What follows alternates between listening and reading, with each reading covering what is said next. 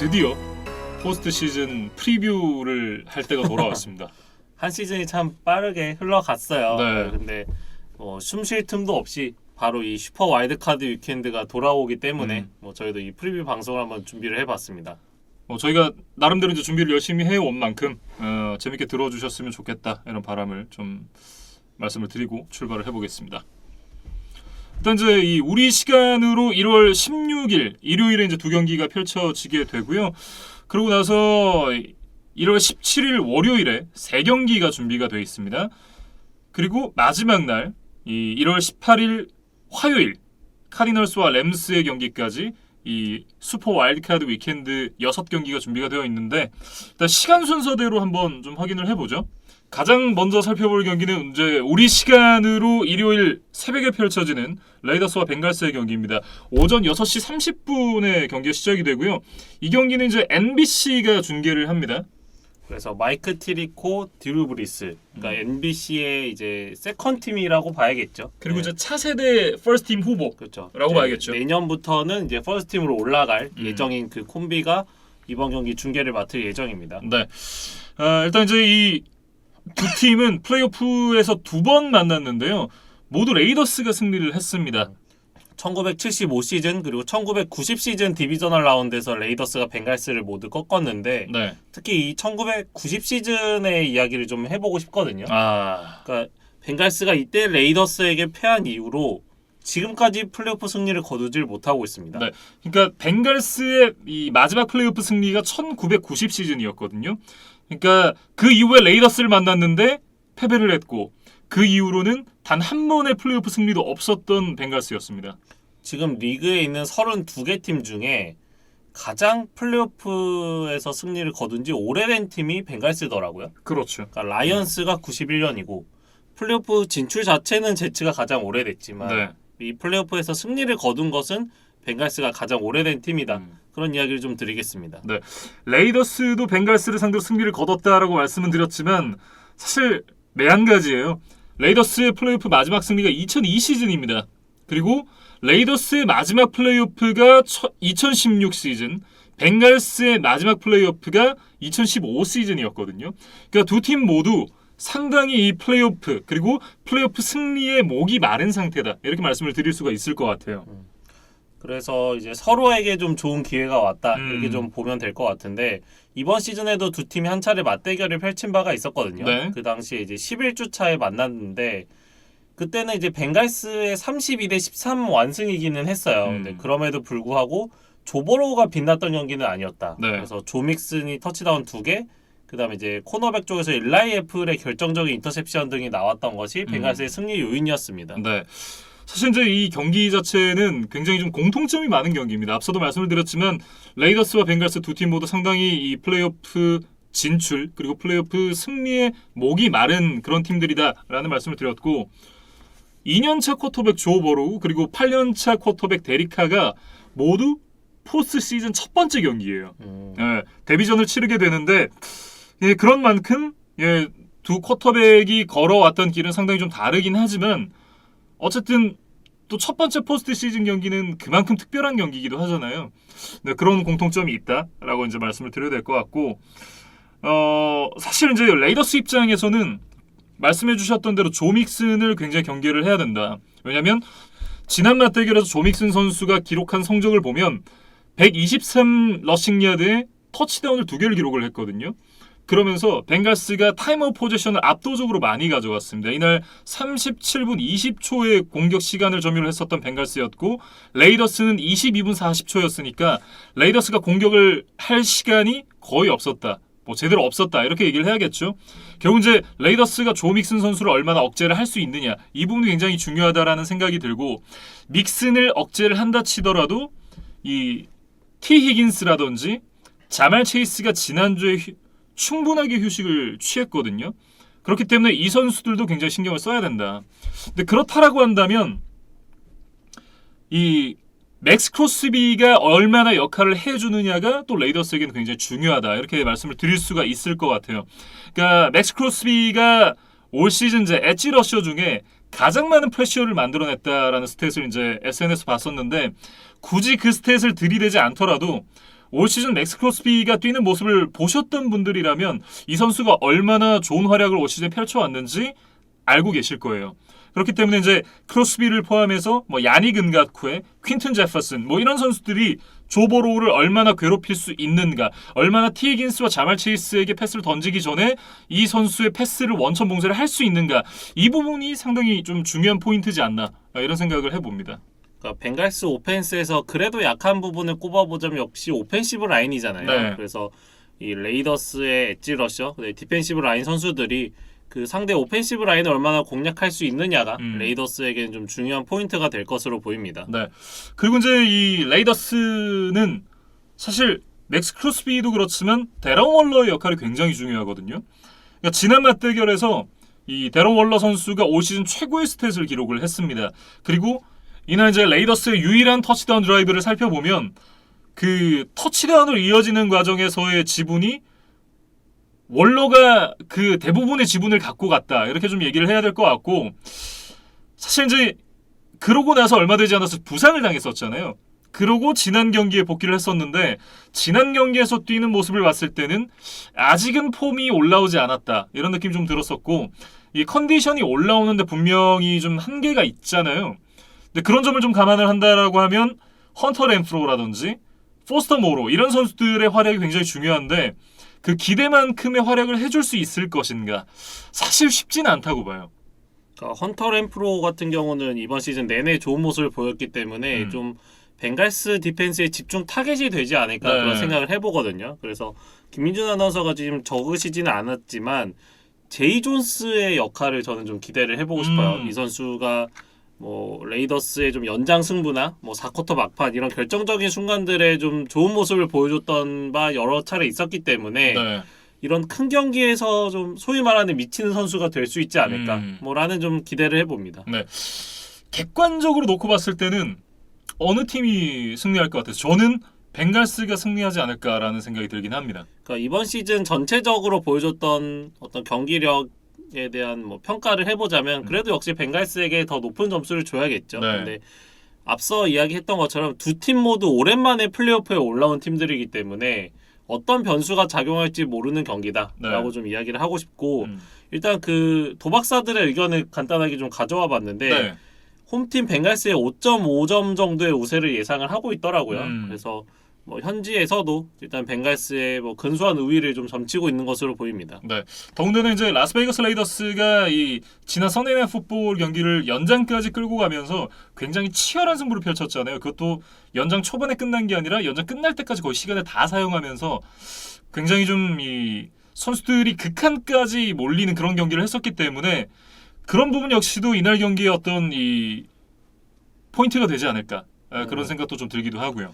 뭐 그거는 이제 두 가지로 해석이 가능할 것 같아요. 이 레이더스가 극적인 승리를 통해서 어떤 뭐 피로를 이겨내는 뭐 극한의 어떤 뭐 정신력을 좀 발휘하게 될 수도 있을 것 같고, 아니면 이제 정말 지쳐서 이제 신시내티 원정을 떠나올 수도 있겠다, 이런 생각이 드는데 어느 쪽으로 작용할지 좀 지켜봐야 될 것 같고, 이제 마지막으로 그 스페셜팀 키커들의 이야기를 좀 해보고 싶어요. 그러니까 벵갈스의 신인 에반 맥피어슨, 그 다음에 레이더스의 데니얼 칼슨 모두 뭐 컨퍼런스를 대표하는 아주 좋은 뭐 시즌을 보냈던 선수들이었거든요. 그렇죠. 그래서 이 두 선수가 뭐 경기 막판에 어떤 중요한 필드골 상황에서 긴장하지 않고 얼마나 킥을 정확하게 넣어줄 수 있느냐, 뭐 이런 부분들도 좀 승부의 변수가 될 것으로 보입니다. 네, 이렇게 이제 라스베이거스 레이더스와 신시내티 벵갈스의 경기에 대해서 간단하게 프리뷰를 해봤고요. 다음 살펴볼 경기는 6번 시드 뉴 잉글랜드 페이트리어츠와 3번 시드 버팔로 빌스의 맞대결이 되겠습니다. 우리 시간으로는 일요일 오전 10시 15분에 이제 킥오프를 하게 되는 경기인데, 이 경기는 이제 CBS가 중계를 하는 경기입니다. 그러니까 한국 팬들에게는 가장 보기 좋은 시간에 열리는 경기다. 그렇죠. 그렇게 좀 보면 될 것 같아요. 그래서 CBS의 이제 넘버 2 크루인 이안 이글, 그다음에 찰스 데이비스 콤비가 중계를 맡을 예정입니다. 두 팀의 이제 올 시즌 세 번째 맞대결입니다. 1승씩을 이제 나눠 가졌으니까 야구 이제 3연전 하다 보면 그런 얘기 하잖아요. 러버 매치다. 그러니까 1승씩을 나눠 가지고 그 시리즈의 우세를 확정짓는 경기를 러버 매치다라는 표현을 쓰는데, 이 경기가 이제 그런 러버 매치가 되겠습니다. 그런데 사실 이제 이 패트리어츠와 빌스가 이 강했던 기간이 굉장히 다르잖아요. 사실 벨리체 감독님이 오시기 전에는 뉴잉글랜드 페이트리어츠는 별 볼 일 없는 약팀이었고 그 전에 빌스가 굉장히 강팀으로 군림을 했었기 때문에 이 두 팀이 포스트 시즌에서 만나는 건 이 경기가 처음이라 그래요. 그러니까 AFC 이스트 지구 라이벌 관계니까 정규리그에서는 매년 2번 만나는데 네. 정작 플레이오프에서는 첫 만남이에요. 음. 네, 이것도 굉장히 흥미로운 그런 사실이었습니다. 네. 이제 올 시즌의 맞대결 좀 한번 짚고 넘어가 봐야 될 것 같은데 두 팀 모두 원정에서 승리를 거뒀습니다. 그리고 이번에는 빌스의 홈구장이죠. 하이마크 스타디움에서 경기가 펼쳐지게 되는데 이 두 팀의 첫 번째 맞대결 그 첫 번째 맞대결 때는 이제 날씨 변수 때문에 페이트리어츠가 크게 이득을 봤습니다. 그때 당시 이제 맥 존스 선수가 패스를 3번 하고 승리를 거둬갔던 경기였고 그리고 이제 두 번째 경기에서는 이 뉴잉글랜드 패트리어츠의 홈인 질라 스타디움에서 경기를 펼쳤는데 그때 당시엔 또 빌스가 손쉽게 승리를 가져가는 모습이었거든요. 어쨌든 이제 이 빌스의 홈구장에서 경기가 펼쳐진다. 그렇다라고 하면 이제 날씨를 한번 주목을 해봐야 되는데 제가 이제 기상 예보를 찾아보니까 이 저녁 기온이 영하 17도, 체감 21도 정도가 될 거라고 하더라고요. 굉장히 추운 날씨 속에 이 경기가 펼쳐질 예정입니다. 그리고 이제 눈 소식은 없는데 바람이 초속 3에서 5m. 물론 이제 그 정규 시즌 첫 번째 맞대결 때는 더 강한 바람이 불었습니다만 그만큼은 아니어도 강한 바람이 불 예정이다. 이 부분은 어떻게 보면 뉴잉글랜드 패트리어츠보다는 빌스에게 좀 불리하게 작용할 가능성이 높다. 이렇게 좀 봐야겠죠. 그러니까 경기 시간도 좀 변수가 되는 것 같아요. 그러니까 아무리 이제 1월에 추운 날씨를 하더라도 예를 들어서 이 경기가 낮 시간에 펼쳐졌다면 기온이 조금 더 올라간 상태에서 이제 펼쳐졌을 텐데 네. 뭐 공교롭게도 이게 지금 나이트 게임으로 배정이 되면서 더 추운 날씨에서 좀 경기가 펼쳐지게 됐습니다. 네. 그리고 이제 이 야구를 좋아하신 분들은 특히나 이제 류현진 선수의 경기를 팔로우를 많이 하신 분들은 버팔로 지역 자체가 날씨가 굉장히 좀 변화무쌍한 곳이거든요. 그런 점을 좀 고려를 해봤을 때 혹시나 눈이 내린다, 혹은 이제 기상이 더 악화된다. 그렇다라고 하면 조금씩 패책에 더 유리해지는 그런 상황이 연출될 수 있다. 뭐 이렇게 좀 얘기를 할 수 있겠죠. 그래서 이제 날씨가 안 좋다고 가정을 했을 때 저는 그게 좀 궁금해요. 그러니까 사실 정규리그에서는 어떻게 보면 변칙적인 혹은 극단적인 이제 러싱 공격 위주로 이제 경기를 풀어가면서 빌스를 이제 제압을 했던 빌 벨리책 감독이었는데 네. 사실 그 수가 한번 이제 뭐 상대에게 읽혔잖아요. 그렇죠. 근데 과연 똑같은 수를 또 들고 나올 것인지 아니면 뭐 이걸 역으로 갈지 그다음에 빌스는 이제 한번 당했기 때문에 이거에 대해서 어떤 대비를 하고 나올지 뭐 요런 이제 양팀 사령탑의 좀 눈치 싸움 뭐 지략 대결 이런 것들이 좀 관전 포인트가 되지 않을까 싶습니다. 네. 그러니까 이 양팀 감독 얘기를 해주셔서 이제 제가 이제 준비해온 내용을 좀 말씀을 드리면 빌스는 션 맥더모 체제에서 플레이오프에서 펼쳐진 홈 경기를 단 한 번도 지지 않았습니다. 뭐 표본이 많지는 않아요. 2경기니까 표본이 많지는 않지만 홈에서 펼쳐진 플레이오프 경기들은 다 이겼다. 그리고 조시 앨런 선수가 플레이오프 경험이 있는 선수다라는 것도 좀 얘기를 해야 될 것 같은데 패치 쪽을 보면 벨레체 경감님이 이제 리그에서 가장 많은 포스트 시즌 경험을 가지고 계시긴 하지만 지금 루키 쿼터백 맥 존스가 포스트 시즌 데뷔전을 치르게 되거든요. 근데 그런 부분까지 감안한다고 하면 아무래도 이제 빌스 쪽으로 좀 쏠릴 수밖에 없다. 그러면 이제 양 팀의 좀 키 플레이어들은 좀 누가 있을지 좀 알려주시면 좋을 것 같아요. 페이트리어츠 입장에서 중요한 역할을 해줘야 되는 선수는 라몬드르 스티븐슨 선수라고 생각을 해요. 그러니까 많은 분들이 러닝백이 중요하면 데미안 해리스가 더 중요하지 않느냐 이렇게 생각을 하시는 분들 계실 텐데 맞습니다. 근데 해리스는 상수예요. 잘 해줘야 되는 선수. 너무나 당연하게. 이 선수가 못하면 지는 선수고 지난 이 빌스와의 2경기에서 모두 좋은 모습을 보여줬었거든요. 근데 지금 또 햄스트링 부상이 있는 상태란 말이에요. 근데 그렇다라고 한다면 데미안 해리스의 어떤 활약 여부와는 별개로 라몬드로 스티븐슨 선수가 좋은 모습을 보여줘야 된다. 특히나 이제 이 빌스에게 이겼던 경기에서는 78야드를 달려줬는데 패배했던 경기 16주차 경기에서는 라몬드로 스티븐슨 선수가 나서지를 못했어요. 그리고 그 경기에서 스티븐슨 선수의 빈자리를 대신해줄 선수가 없었단 말이에요. 근데 그러면서 이제 이 경기를 굉장히 좀 어렵게 풀어갈 수밖에 없었던 패치였고, 이 앞서도 말씀드렸습니다만 맥 존스가 루키 쿼터백인데다가 플레이오프 데뷔전을 치르게 되는 걸 감안을 하면 이 데미안 해리스와 라몬드레 스티븐슨이 동반 활약을 해줘야 됩니다. 그런 측면에서 라몬드레 스티븐슨 선수의 어떤 활약이 반드시 필요하다. 패츠가 이기기 위해선. 그리고 이 두 선수가 좋은 모습을 보여주려면 오라인의 이 역할이 굉장히 중요한데 지금 레프트 태클 아이제아 윈 선수가 훈련에 참석을 못하고 있습니다. 그렇기 때문에 이 경기의 출장 여부 역시도 하나의 변수가 될 수 있다. 이렇게 말씀을 드려야 될 것 같은데 지금 엉덩이랑 발목 쪽에 아이제아 윈 선수가 부상이 있거든요. 출장을 한다 치더라도 100% 컨디션은 아닐 것이다.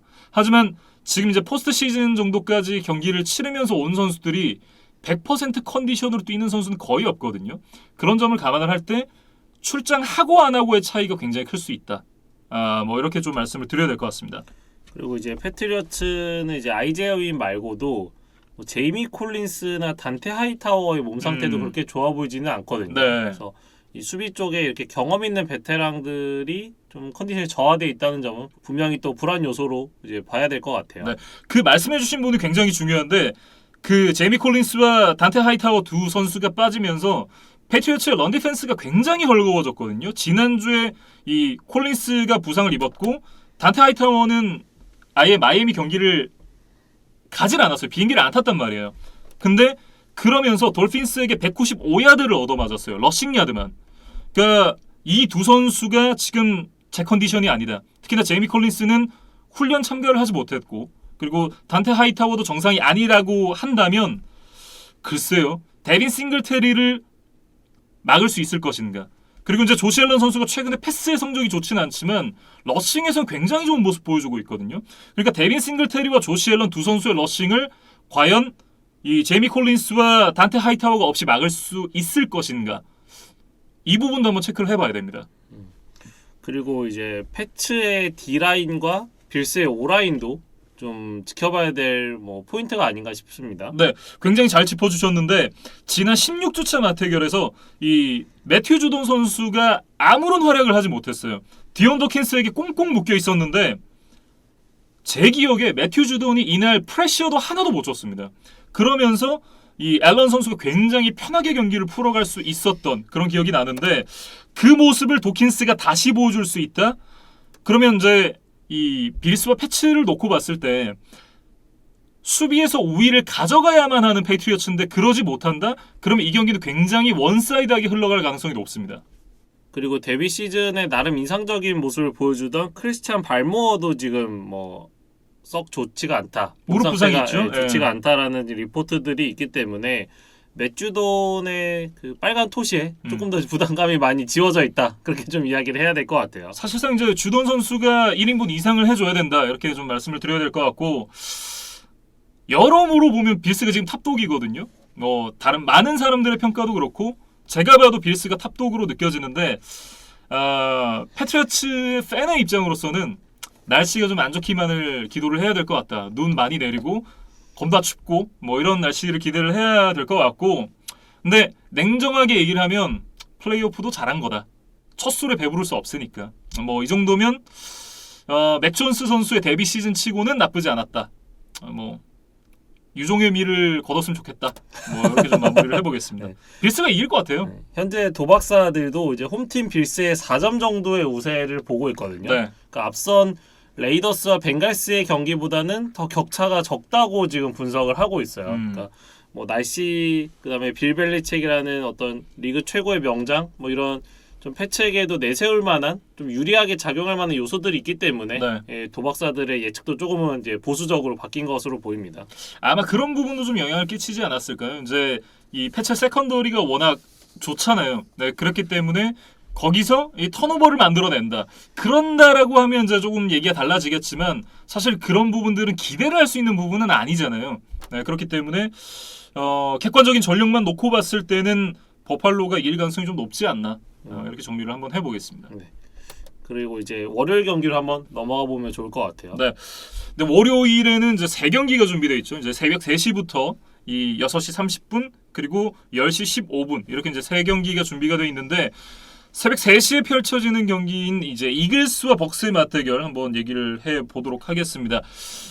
이 경기가 이제 이 팍스를 통해서 중계가 되는 경기입니다. 그래서 이번 와일드카드 위켄드에서는 팍스가 한 경기만 중계를 하기 때문에 네. 이 조벅, 트로이 에이크먼 콤비가 이 경기에 나설 예정이에요. 네, 양 팀이 이제 지금까지 플레이오프에서 4번 만났는데 2승 2패를 나눠 가졌습니다. 그러니까 2000년대 초반에 좀 여러 차례 만났어요. 그래서 2002년에 이제 벅스가 우승을 할 당시에 컨퍼런스 챔피언십에서 이글스를 꺾었고, 이제 더 옛날로 돌아가면 이제 79년에도 벅스가 한번 승리를 거둔 바가 있었습니다. 네. 반면 이제 이글스가 이겼던 거는 2001년, 2000년, 그러니까 두 해 연속 와일드카드에서 이제 도노반 맥랩이 이끌던 이글스가 벅스를 넘어서서 다음 라운드에 진출을 했었던 그런 역사가 있었어요. 예. 근데 이제 올 시즌만 놓고 좀 본다면 템파베이가 이제 프랜차이즈 역대 최다승을 거둔 시즌이 됐는데 이글스 같은 경우에는 사실 이제 플레이오프에 진출한 팀들 상대로는 6전 전패였거든요. 근데 그렇다라고 한다면 두 팀의 전력 차는 생각보다 좀 많이 난다. 이렇게 봐야겠죠. 그러니까 이글스의 이번 시즌은 좀 강약 약강에 가까웠던 시즌이었다. 이렇게 좀 정리를 해야 될 것 같고, 또 마침 이 두 팀이 이제 6주 차에 만난 적이 있었어요. 당시에는 이제 이글스의 홈구장에서 맞대결을 펼쳤는데 28대 22로 템파베이가 승리를 거뒀거든요. 근데 물론 점수 차는 이제 6점이기는 했지만 당시에 이제 기록들을 좀 살펴보면 레너드 포넷, 그다음에 이제 지금은 없는 안토니오 브라운이 좀 활약을 하면서 네. 템파베이가 리드를 좀 전반부터 벌려 나갔고, 이글스가 이제 뒤늦게 따라가기는 했지만 좀 시간이 역부족이었던 그런 경기 흐름이었거든요. 그래서 6점 차의 어떤 점수 차보다는 좀 더 벅스가 손쉽게 이겼던 경기였다. 그렇게 좀 정리를 하겠습니다. 네. 사실 이 경기의 포인트는 저는 그건 것 같아요. 리그 내 최고 러싱 팀과 리그 탑급 런 디펜스의 맞대결. 이게 이 경기의 키포인트라는 생각이 들거든요.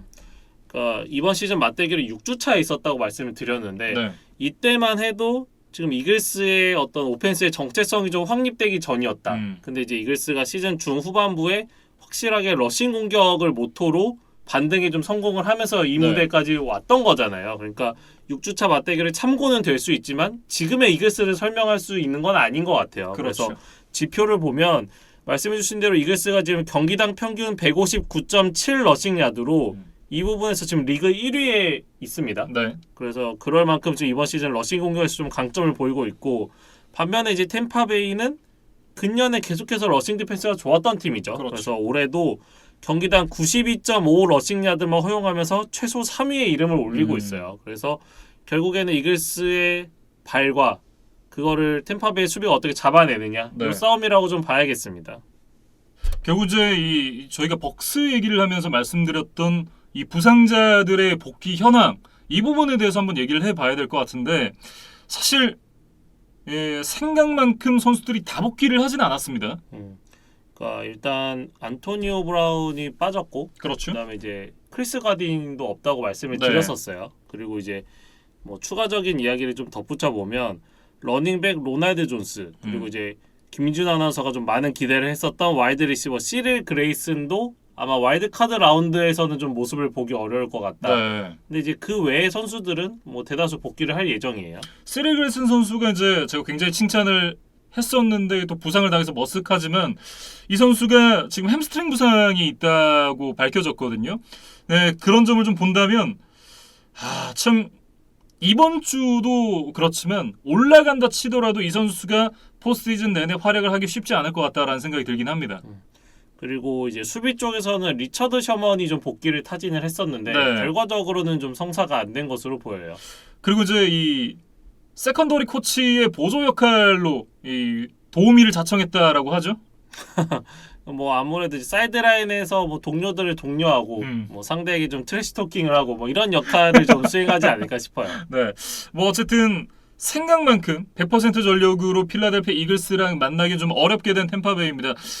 그렇다고 하면 필라델피아가 러싱을 잘 수행한다라는 그런 가정하에 한번 해볼 만한 경기가 될 수도 있겠다. 이런 생각이 또 들거든요. 브레디에게 좀 기회를 주지 않으면서 네. 좀 전체적으로 공 점유율도 많이 가져가고 이렇게 좀 경기 템포를 늦출 수 있다면 뭐 이글스에게도 기회가 전혀 없는 것은 아닐 것으로 보여요. 네.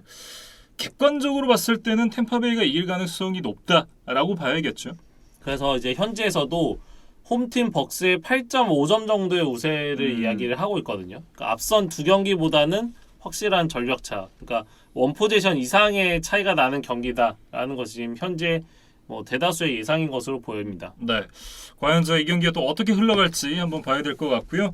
다음 살펴볼 경기는 뭐 전통의 명문 강호 간의 맞대결이죠. 나이너스와 카우보이스의 맞대결이 되겠습니다. 이 경기는 우리 시간 오전 6시 30분에 중계가 되는 경기인데 CBS에서 중계가 되고요. CBS뿐만 아니라 니켈로디언과 아마존 프라임 비디오를 통해서 중계가 될 예정이라고 해요. 그러니까 아마도 이번 와일드카드 라운드에 가장 많은 시청자들이 몰릴 만한 경기가 아닌가, 그렇죠. 뭐 그런 생각이 들고 네. CBS의 일진 이제 짐 렌츠, 그다음에 토니 로모가 이 경기 중계를 맡을 예정입니다. 네. 사실 NFL에 정말 여러 라이벌들이 있습니다만 이 두 팀의 관계만큼 너무 찬란하게 빛나는 라이벌이 있을까라는 생각이 좀 들거든요. 그러니까 클래식 매치라고 해야겠죠. 예. 뭐 그런 명칭답게 역대 플레이오프에서 이제 7차례나 맞붙었었고 댈러스가 이제 5승 2패로 전적에서는 앞서 있습니다. 근데 하지만 이 마지막 대결만큼은 이제 나이너스가 승리를 거뒀었는데 당시에 이제 트로이 에이크먼과 스티브 영이 이제 1994년 컨퍼런스 챔피언십에서 만났었어요. 네. 근데 이제 그 경기 기록을 보면 에이크먼이 패싱 야드에서는 뭐 대단한 모습을 보였지만 3개 인터셉션을 던지면서 나이너스가 결국 승리를 거둔 바가 있었습니다. 그래서 이제 두 팀 모두에게 좀 재미있는 뭐 스토리가 있는 것이 네. 그 7번의 플레이오프 맞대결 중에 가장 최근에 있었던 4번만 이제 이야기를 해보면 그 양 팀의 맞대결에서 이긴 팀이 결국 슈퍼볼에서도 우승을 하는 그런 좀 재미있는 뭐 스토리가 있었어요. 네. 그래서 나이너스가 94시즌, 81시즌에 이제 댈러스를 꺾고 슈퍼볼에 올라가서 우승을 차지를 했고 반면 이제 댈러스는 92시즌과 93시즌에 나이너스를 넘어서 슈퍼볼의 주인이 되었습니다. 네.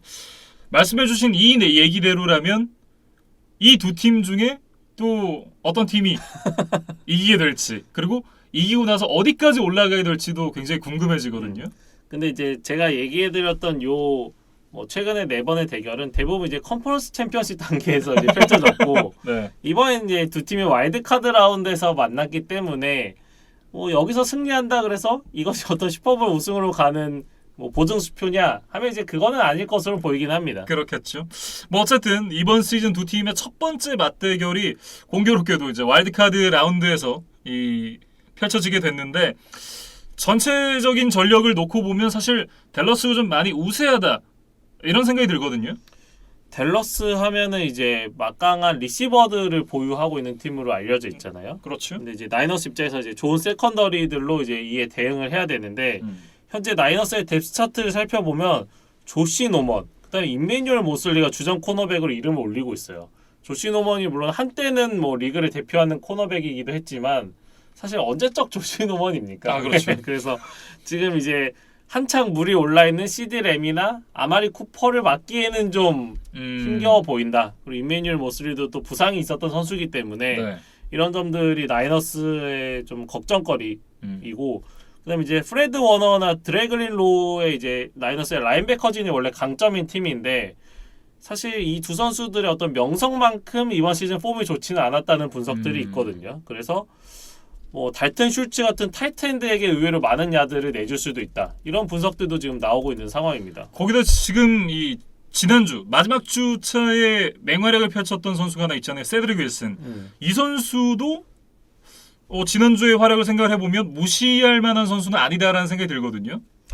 그래서 이제 결국 나이너스 입장에서는 이제 앞선에 있는 닉 보사, 에릭 암스테드 이런 선수들에게 좀 기대를 걸어야 되는 상황인 것 같아요. 그리고 이제 반면에 공격에서 보면 지미 가로폴로가 이제 인터셉션이 있었을 때와 없었을 때 이제 팀의 승패와 사실 직결되는 그런 네. 모습들을 많이 보여줬거든요. 그래서 트레본 딕스의 인터셉션이 좀 조심해야 된다. 그런 이야기를 좀 드리겠습니다. 네. 그리고 이제 또 한 명 이 댈러스 카우보이스의 수비진에서 주목해 봐야 될 선수가 있죠. 아마도 디펜시브 루키 오브 더 이어가 뭐 유력하지 않을까라는 말도 사실 좀 부족한 것 같은 마이카 파슨스 선수가 있는데 이 선수의 영향력이 과연 어느 정도까지 될 것인가 이것도 한번 지켜봐야 될 것 같습니다.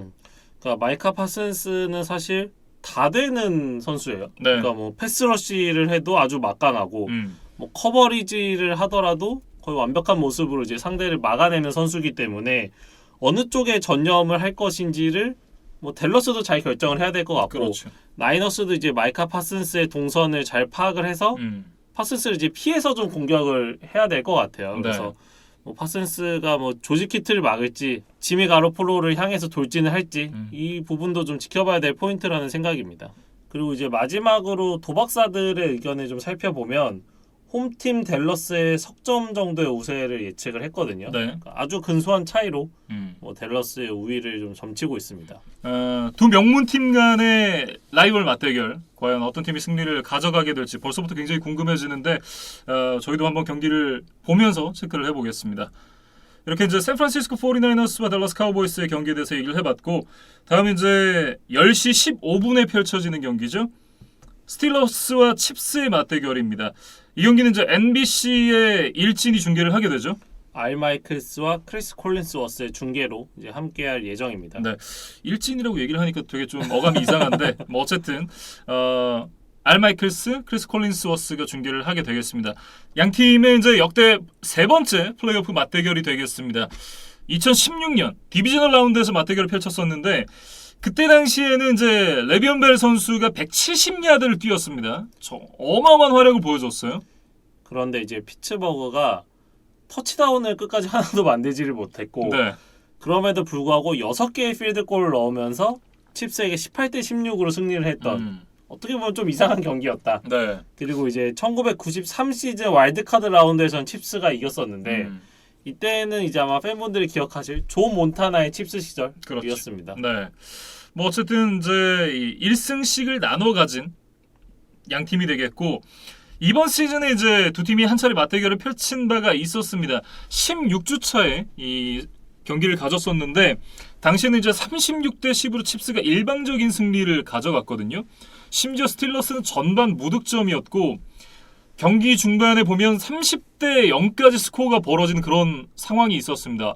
그러니까 수모를 당했던 스틸러스였다라고 얘기를 해야 될 것 같고 문제는 그날 타이릭 힐 선수가 50%의 스냅도 받지 않았고 심지어 트래비스 켈시가 코로나 리저브에 오르면서 경기에도 안 나왔었거든요. 그런데 이 정도의 격차였다. 이것만으로도 격차가 굉장히 크게 느껴지는데 이 두 팀의 현재 격차를 더 확실하게 보여주는 게 하나 있습니다. 바로 이 경기를 앞두고 벤 로슬리스버거 선수가 인터뷰를 가졌는데요. 빅벤이 얘기를 하기를 솔직히 우리가 여기 있으면 안 되는 거 알지 않냐. 우리가 아주 좋은 풋볼팀은 아니다. 우리가 지금 더블 디짓 언더독이고 14팀 이제 플레이오프 진출을 했는데 그중에 한 14위 정도 될 거다. 거기다 상대가 1번 시드는 아니지만 최근 2년 동안 AFC에서 가장 좋은 팀이었다. 우리에게 기회가 없다. 그냥 나가서 재밌게 하겠다. 이런 얘기를 인터뷰에서 했어요. 그러니까 사실 이게 맞는 말이긴 하거든요.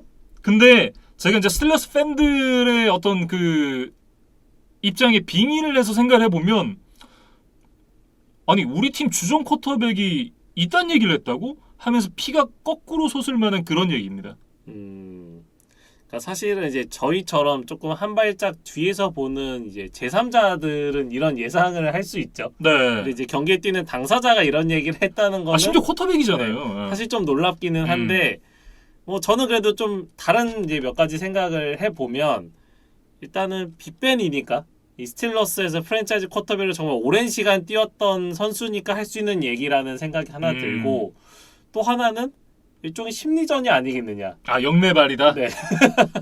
그러니까 지금 스틸러스는 아예 전의를 상실하고 그냥 탈락을 벌써 받아들이기로 했나?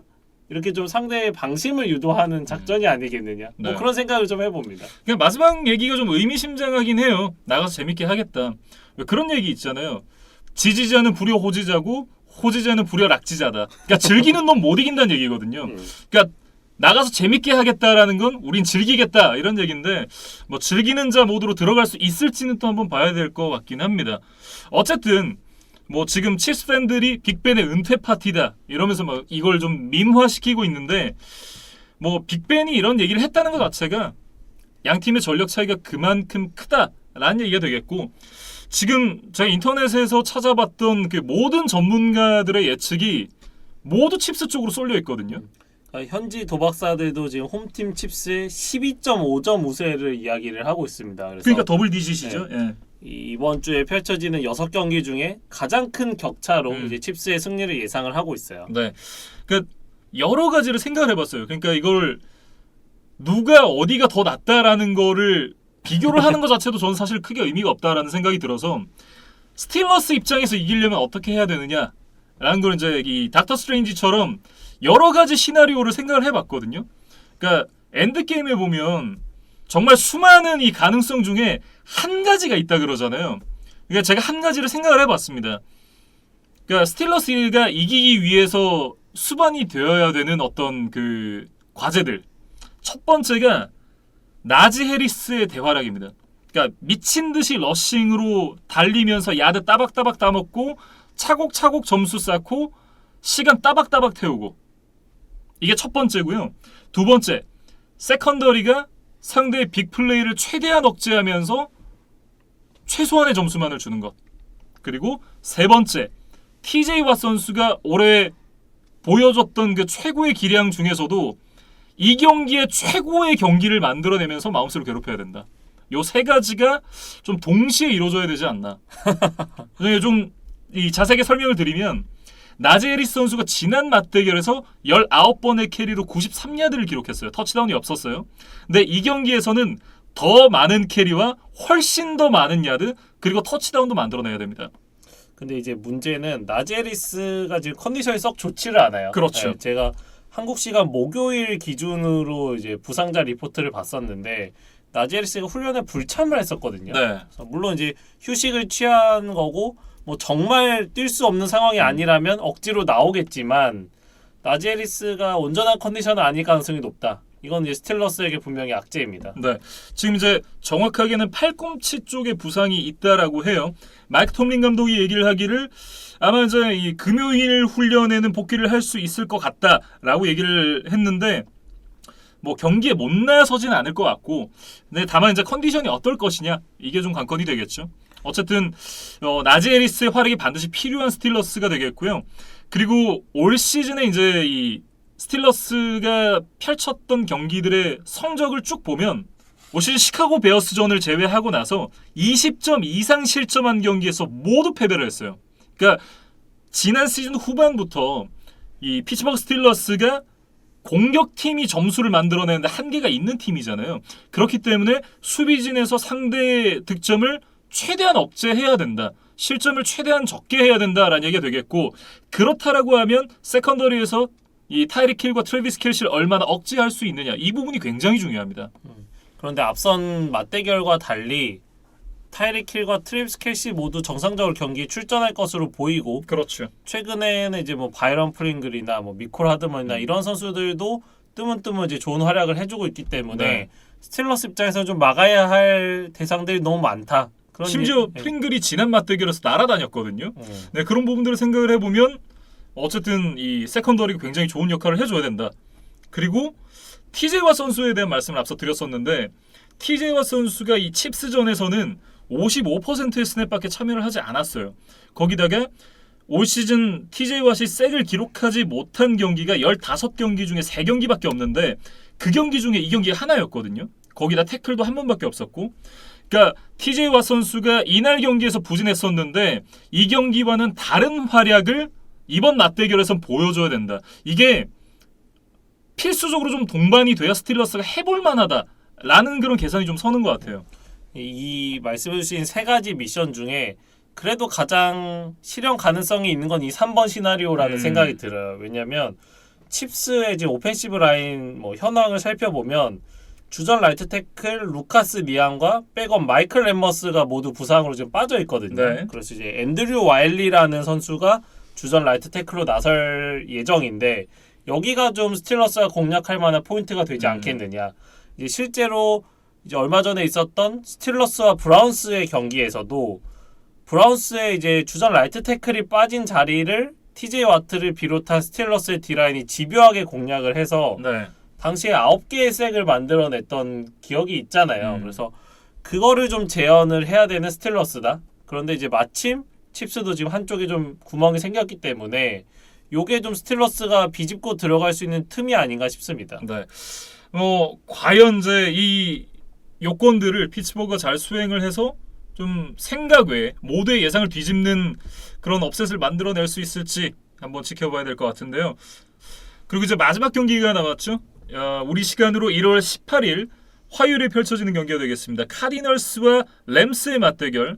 우리 시간으로 오전 10시 15분부터 ESPN을 통해서 중계가 됩니다. 스티브 레비, 브라이언 그리스, 루이스 리딕 이 3인의 이제 중계로 펼쳐질 예정이고 네, 먼데이 나잇 풋볼 크루죠. 네, 그래서 사실 지난 시즌 와일드카드 라운드와 비교를 해보면 그 당시에는 이제 우리 시간 일요일 3경기, 월요일 3경기로 이렇게 딱 이틀 만에 끝났는데 네. 이번 시즌에는 좀 스케줄이 변경이 되면서 우리나라 시간으로 이제 화요일 오전에도 한 경기가 배정이 됐어요. 미국 친구들도 이제 이 시청률에 좀 민감하지 않나. 그러니까 프라임 타임에 시청률을 뽑아 먹겠다라는 생각이 좀 보이는 것 같아요. 네. 그래서 이제 두 팀의 이야기로 좀 가보면 역대 플레이오프에서 딱 한 번 만났어요. 네. 근데 이제 1975년 디비저널 라운드였으니까 워낙 좀 오래된 이야기는 합니다. 그래서 당시에 LA 램스가 세인트루이스 카디널스를 상대로 승리를 거뒀어요. 네. 그러니까 사실 지금 카디널스는 애리조나 팀이잖아요. 근데 그렇죠. 이 당시에는 세인트루이스에 있었더라고요. 네. 그래서 이 램스라는 팀이 또 LA와 세인트루이스에 모두 또 있었기 때문에 그렇죠. 그런 또 재밌는 인연이 있었던 두 팀의 대결입니다. 네. 올 시즌 이제 이 두 팀이 지구 라이벌이기 때문에 두 번씩 경기를 갖게 되잖아요.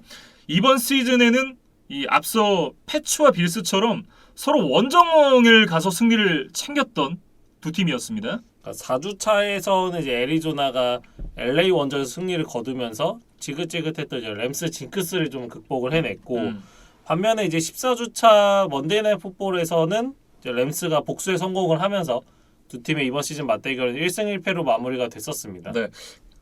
그러니까 정확하게 얘기를 하면 애리조나가 상승세를 타고 있을 땐 이겼고 애리조나가 하락세에 접어들었을 때는 램스가 이겼다. 이렇게 얘기를 해야 될 것 같은데 확실히 카디널스가 지금 디안드레 홉킨스 선수가 빠진 이후부터 팀이 좀 많이 꺾인 느낌이거든요. 그러니까 저는 이렇게 적어왔는데 이 죽음의 조 NFC 웨스트를 1, 2위로 통과한 팀들이잖아요. 그런데 플레이오프에 올라온 팀들 치고는 좀 불안 요소가 있는 팀들이다. 네. 이렇게 좀 적어왔어요. 그래서 말씀해 주셨던 이제 애리조나 이야기부터 해보면 7연승으로 시즌을 출발했다가 이제 8주차 그린베이와의 경기에서 홉킨스, 그다음에 카일러 머리가 부상으로 빠지면서 그 이후에 좀 하락세에 빠졌죠. 그래서 결국 그 마지막 5경기 구간을 보더라도 1승 4패를 거두면서 굉장히 안 좋았고 결국 지구 우승까지 놓치고 말았던 카디널스였거든요. 네. 그래서 홉킨스는 뭐 거의 결장이 유력해 보이고 그렇죠. 제임스 코너, 체이스 에드먼즈, 론델 무어 같은 이제 다른 스킬 플레이어들의 컨디션도 그렇게 좋아 보이지 않기 때문에 카일러 머리의 어떤 공격 파괴력도 같이 감소가 된 상태고 공격이 좀 부진하니까 수비진도 조금 이제 힘에 붙이는 그런 이제 경기들이 많아지는 것 같습니다. 네. 사실 이제 이 디안드레 홉킨스 선수가 챔피언십 게임 이전에는 절대 돌아올 수 없다라는 리포트가 있기 때문에 챔피언십 게임까지 올라가더라도 복귀 여부가 사실 불투명하다라고 보는 게 좀 합리적일 것 같다라는 생각이 들고 그리고 지금 제이제이 왓 선수 역시도 훈련에 참가를 하긴 했습니다만 굉장히 제한적으로 참여를 했기 때문에 복귀는 좀 어렵다라고 보는 게 현실적일 것 같고 그렇다라고 한다면 지금 휴스턴 텍산스에서 건너온 이 두 명의 듀오가 모두 나서지 못하는 뭐 그런 상황 속에서 또 한 번 어려운 경기를 카디널스가 치러야 될 것 같다. 이런 얘기를 좀 해야 되겠습니다. 그러니까 당초 이 와일드카드 라운드 복귀를 목표로 이제 재활에 매진을 했었던 제이제이 와트였어요. 그래서 사실 이제 휴스턴 시절이었던 2019 시즌에도 9주차부터 이제 정규리가 끝날 때까지 계속해서 결장을 하다가 와일드카드 라운드에 돌아와서 이제 빌스와의 경기에서 색을 만들면서 팀의 승리를 이끌었었던 바 있었거든요. 네. 그래서 애리조나 팬들 입장에선 제이제이 와트가 그때의 어떤 뭐 기적과도 같은 컴백을 한번 좀 재현해주기를 기대를 했을 텐데 뭐 적어도 지금까지 나오는 부상 리포트로 봐서는 뭐 복귀가 조금 어려워 보이고 혹시 나서더라도 역할이 이제 극히 제한이 될 것으로 보입니다. 네, 그때보다는 제이제이 왓도 조금 나이가 들었다 이렇게 얘기를 해야겠죠. 네. 그리고 이제 램스 같은 경우는 시즌 후반에 이제 애리조나의 부진을 틈타서 역전 우승을 만들어내기는 했지만 매튜 스태포드가 좀 불안해진 것이 이제 좀 신경이 쓰이는 요소예요. 네. 그래서 매튜 스태포드의 시즌을 이제 절반으로 나눠 보면 앞선 8경기에서는 4개밖에 턴오버가 없었거든요. 그런데 이제 그 이후에 9주차 테네시와의 경기부터 시즌이 끝날 때까지 후반 9개 경기 구간을 보면 턴오버가 무려 15개입니다. 그러니까 거의 뭐 3배, 4배 가까이 지금 폭등을 한 상황이기 때문에 스태포드의 어떤 안정감을 좀 지금은 신뢰하기가 어려운 상황이다. 네. 그렇게 좀 보여져요. 특히나 이제 마지막 경기를 좀 돌이켜 보면 다 잡았던 경기, 특히나 이제 션 맥베이 감독이 전반에 리드를 잡고 있으면 전승 행진을 이어가던 감독이었는데 그게 끊어졌단 말이죠. 그러니까 그런 어떤 이 개운치 않은 뒷맛이 남은 램스가 이 경기에서 애리조나를 상대로 또 한 번 마지막에 무너지는 모습을 보여준다. 그럴 가능성도 배제하기는 어렵습니다. 애리조나 수비가 사실 후반기에 다소 에너지 레벨이 좀 떨어져 보이기는 했어요. 네. 네, 그럼에도 불구하고 뭐 1년 전체 스탯으로 보면 리그에서 7번째로 많은 턴오버를 유도한 팀이거든요. 그러니까 나름 이런 게임 체인징 플레이를 하는데 좀 능한 선수들이 요소요소에 있어요. 그렇죠. 그래서 애리조나 수비의 어떤 그물망을 스태포드가 잘 피해내야 될 것 같아요. 사실 저는 이 경기는 누가 이길지 잘 모르겠어요. 일단 현지 도박사들은 홈팀 램스의 넉 점 정도의 우세를 예측을 했거든요. 네. 그래도 카디널스 가야 되지 않을까요? 재난칸데. 일단은 이제 카일러 머리의 플레이오프 데뷔전이라는 또 의미도 있는 경기입니다. 그렇죠. 그래서 아마 많은 한국 팬들도 뭐 카일러 머리의 활약을 좀 지켜보실 것으로 예상이 되는데 뭐 좋은 경기를 펼쳐서 뭐 한번 다음 라운드를 진출하기를 한번 또 응원을 해보고 만약 이제 여기서 승리를 한다면 어쩌면 이제 그린베이 원정을 가야 될 수도 있거든요. 네. 뭐 카일러 머리와 에런 로저스의 리매치도 좀 재밌는 승부가 되지 않을까 싶습니다. 네. 이렇게 이제 애리조나 카디널스와 LA 램스의 경기까지 슈퍼 와일드카드 위켄드에 펼쳐지는 6경기 저희가 이제 프리뷰를 해봤습니다. 사실 이제 프리뷰라는 걸 굉장히 오랜만에 해보잖아요. 네, 그렇기 때문에 저희가 좀 준비했던 것이 내용이 미흡할 수도 있고 빠진 부분도 있을 것이고 뭐 많은 분들의 생각과는 좀 다른 얘기를 했을 수도 있는데 뭐 재미로 들어주시면 좋을 것 같습니다. 사실 리뷰보다 프리뷰가 훨씬 어려운 것 같아요. 네. 할 때마다 느끼는 건데 그래도 이제 저희가 나름 최선을 다했으니까 한번 실제 경기를 보시기 전에 이 프리뷰를 한번 들어보시고 경기를 보면 조금 더 재밌게 보실 수 있지 않을까 그런 생각을 해봅니다. 네, 저희는 여기서 이제 이 프리뷰 맞춰보도록 하겠고요. 다음 주에 슈퍼 와일드카드 위켄드 리뷰와 디비저널 라운드 프리뷰로 돌아오도록 하겠습니다.